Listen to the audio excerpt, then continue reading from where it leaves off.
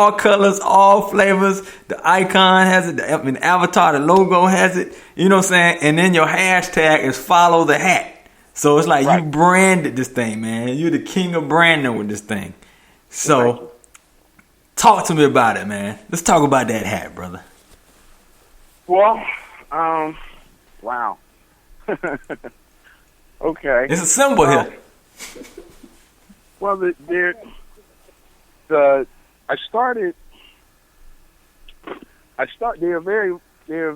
some very rare photos of me without a hat. I can say that, but I started wearing my hats.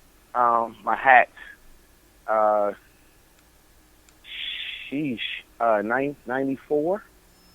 Like well before I came to Atlanta. Okay. When I was back home in Philadelphia, that's where I'm from. Yep.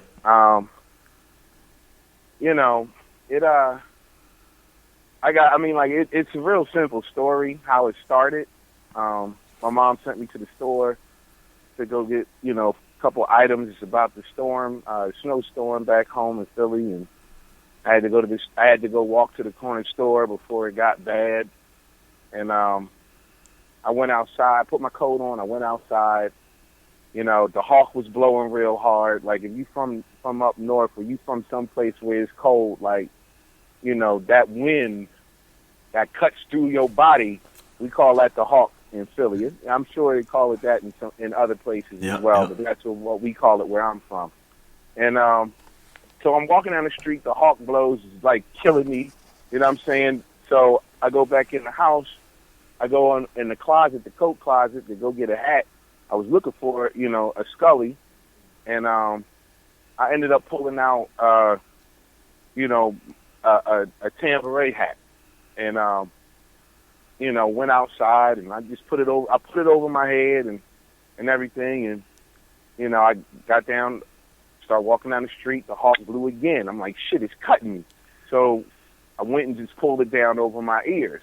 So now it doesn't look like. It doesn't look Huey P. Newton, rerun from What's Happening style. Right. I just pulled it down. Right. So it's like a beret almost. Yeah, exactly. Okay. Exactly. Tambourine, right. Yep. So I get to the store, hat's already passed my, over my ears and all of that. I go in the store, I go get start getting what I need to get. And this girl from my neighborhood that I had like the hugest crush on, she comes in the store too. And, everybody in the store flirting, flirt. You know what I'm saying? I don't pay, I'm all shy and shit. I'm playing shy brother. Like, I don't, I see her, but I ain't trying to sweat or nothing. And, I go ahead and, go get all my stuff. I'm in the checkout line. She's in the checkout line in front of me. She looks behind it. She looks behind herself and sees me. She's like, hey, Dres. I'm like, hey, and she stopped and she looked back to what she was doing and she turned back around again. She said, "It's something different about you today." Mm-hmm. And I was like, I don't know, I don't know. And she kept looking and she couldn't put her finger on it. And then she was like, "It's the hat." She's like, "I like your hat." And I was like, thanks. Like, it wasn't nothing. Like, thanks. Yeah. She's like, "It makes you look cute." Nigga, that's all it took. That's all it took. That's all it took. The rest is hat history. Like, that's it. That's all. Like, Kysii, that is for real. All it took. Game like over. That. Oh my God. So it all went down by happenstance, and just like 99% of all your favorite rappers of all time, it all started because of a girl. Yeah. Hey, women have that power, man. They got wars and stuff. You know what I'm saying? Mhm. Oh yeah, I know. And yeah, that's how it happened. And when I got down here to Atlanta, I initially came down here for a job. I was working a corporate gig right out of college.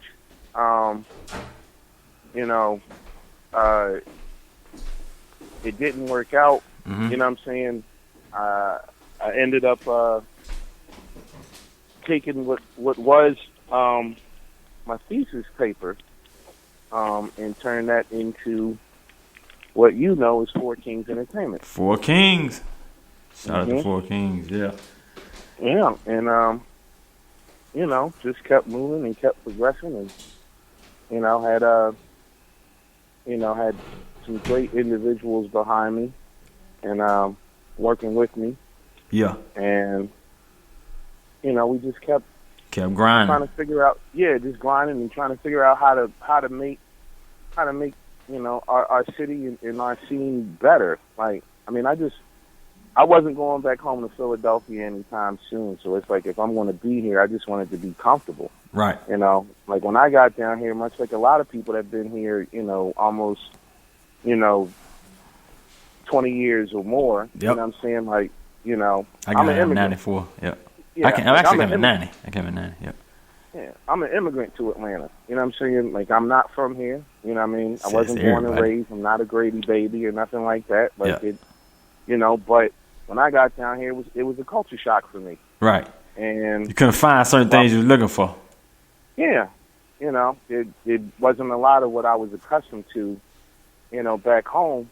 And it's easy to complain. You know, it's hard to make change. Right.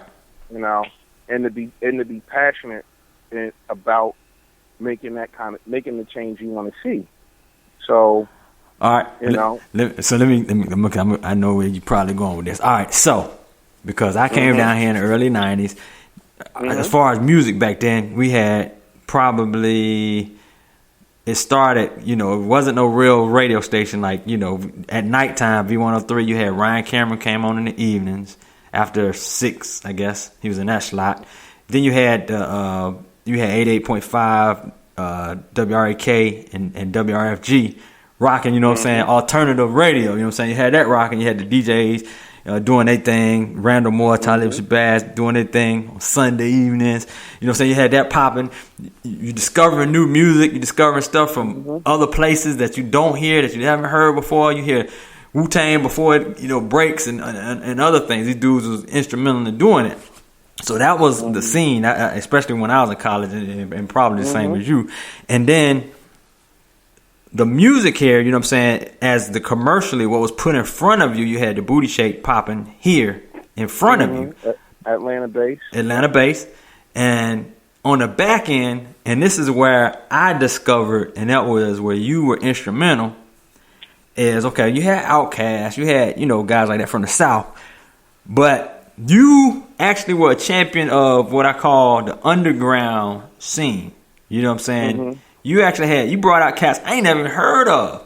You know, I had never heard of like Prophetics and Melafear and Binkus Records and, you know, all these cats that came through and blessed Mike Club. You were bringing these cats on and they were lyrical. I mean, saying they were bringing hot fire. And what's my man name? Issues. He was champion for a while, walking around, you know what I'm saying, as the champ. So you brought Mike Club here. Let me hear the origin of Mike Club and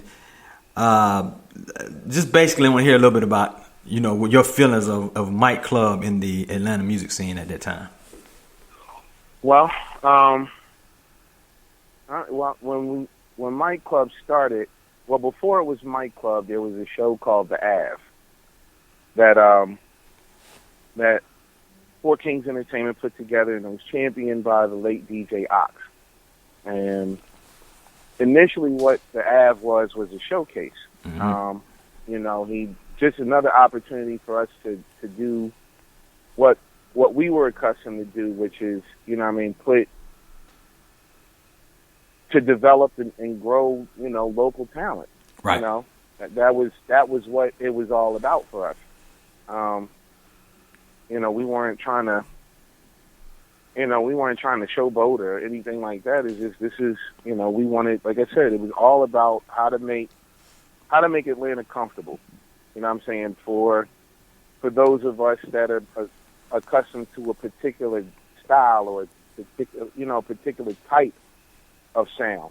Right. When it comes to our boom bap, you know, and so a lot of that went on, and you know, Ox decided he wanted to, do a showcase event. And so it was at this spot. It's now well gone. It's called the Samba Reptile. Okay. Used to be right at north side of Marietta Street. Yeah. Yep.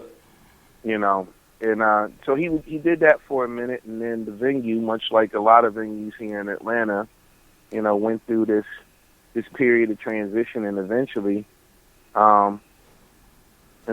shut down. It met its unfortunate end, and we had to go and find a new place, for it. And so right around that time, the Apache Cafe had just opened, and we went and had, set up a meeting and had a meeting over there with the owners of Apache, and we negotiated a deal to have a night. Right. The night that we wanted was not the night that we got. Like what we really wanted a Thursday. Like we wanted to run Night Club on Thursdays, like right next to the weekend. You know what I'm saying? We're able to go ahead and work Thursday, Friday, Saturday, and then, we got Sunday through Wednesday to go ahead and set up for the following week. That's how we were trying to strategically put this. Right. And Tuesdays, there was another place that we all went to and supported, this place called Dottie's, and it was, friends of ours from another crew named Second Sight. They inherited a jungle and drum and bass night from this legendary D&B and jungle DJ crew called Teen Rollers Ruckus. Right. So they, and their night was Tuesday. Okay. So, we're like any night but Tuesday, like that's what we went in there with. Like any night except Tuesday will work. Right. And sure enough, the owner of the Apache Cafe was like, yeah, we're going to give you a Tuesday.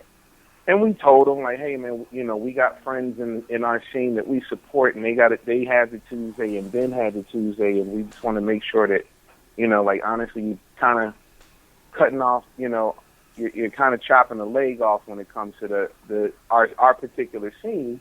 Right. Because, it's not a whole lot of us that go around to every spot, and then, like, damn, it's already not enough of us to go around, and then now you're trying to split up what does come out consistently. Right, that's true.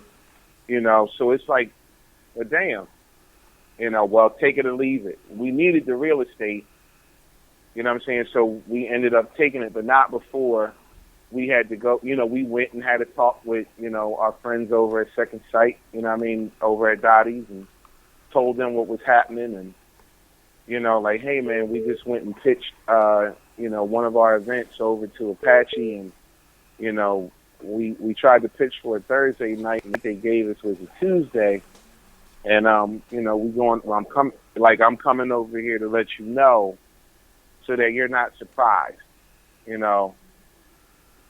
they were like super confident, which, they had every right to be. I mean, this thing, that Tuesday night at Dottie's is an institution. You know what I'm saying? Like, yeah, they have every right to feel the way that they feel, and, to be like, yeah, I'm not worried about y'all, blah, blah, blah, blah, blah. Like, like, yeah, y'all cool, 4 Kings, y'all cool, but we ain't worried about y'all. We ain't sweating y'all. Okay, cool. So we go in, we get started. We start to have, I took a back seat initially, because it was Ox's event, right. And the way that we worked our business is, right. Our business structure was, you come up with an idea or a concept, you put it together the way you want to, or the way that works for you, and then you'll get all the support that you need from the rest of the fam. Right. And then, you make your money, you take care of all of your expenses, and then when the next man is up, you just pay the effort forward. Right. So, he started this thing. I supported. I supported from the